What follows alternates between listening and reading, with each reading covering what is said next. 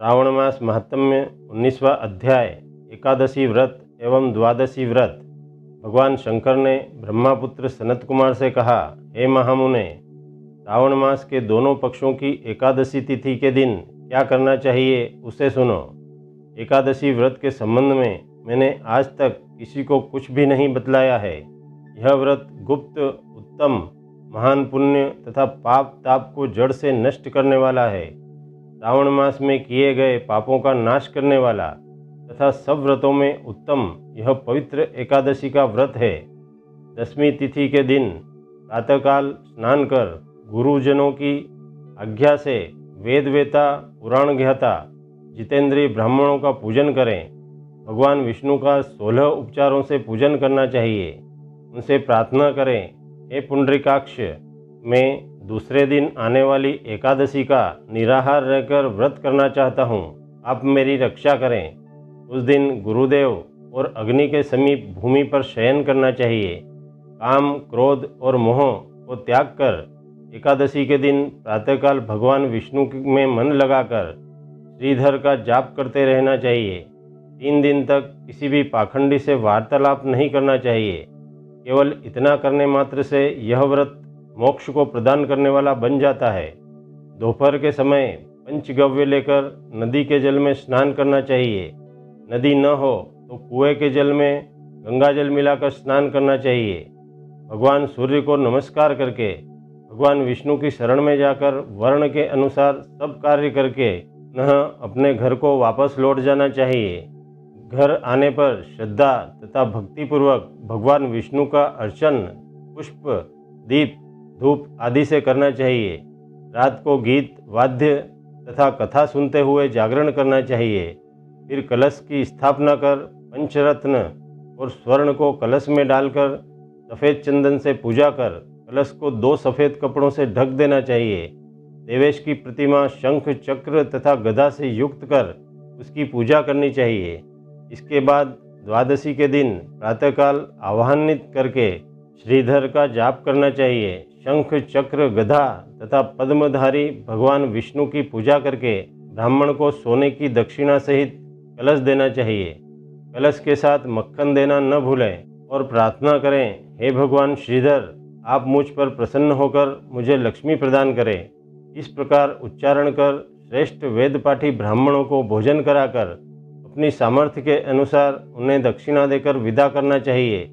अपने नौकरों को भोजन कराकर गौ को भूसा देकर स्वयं बंधु बांधवों सहित भोजन करना चाहिए।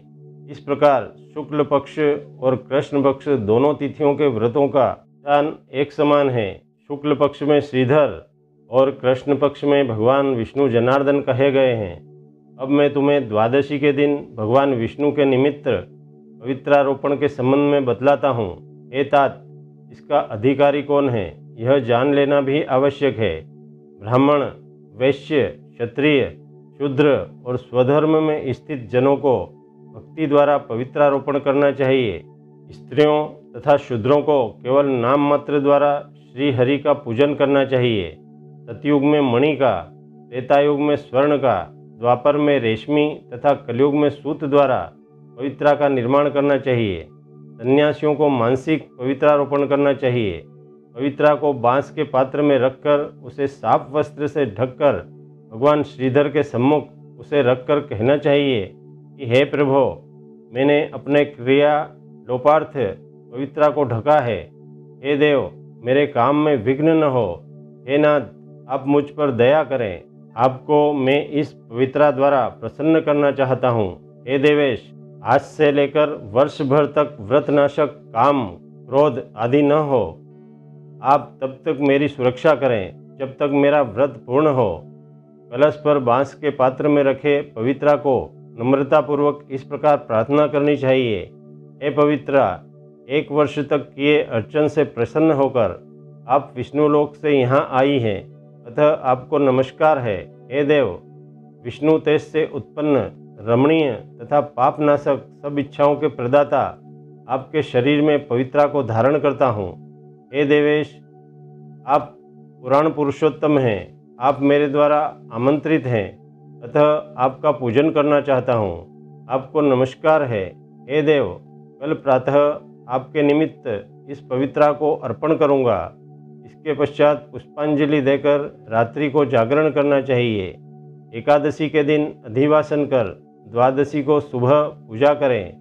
गंध, दूब, चावल तथा हाथ में पवित्रा को ग्रहण कर कहें, हे देवेश, आपको नमस्कार है। इस पवित्रा को आप स्वीकार करें।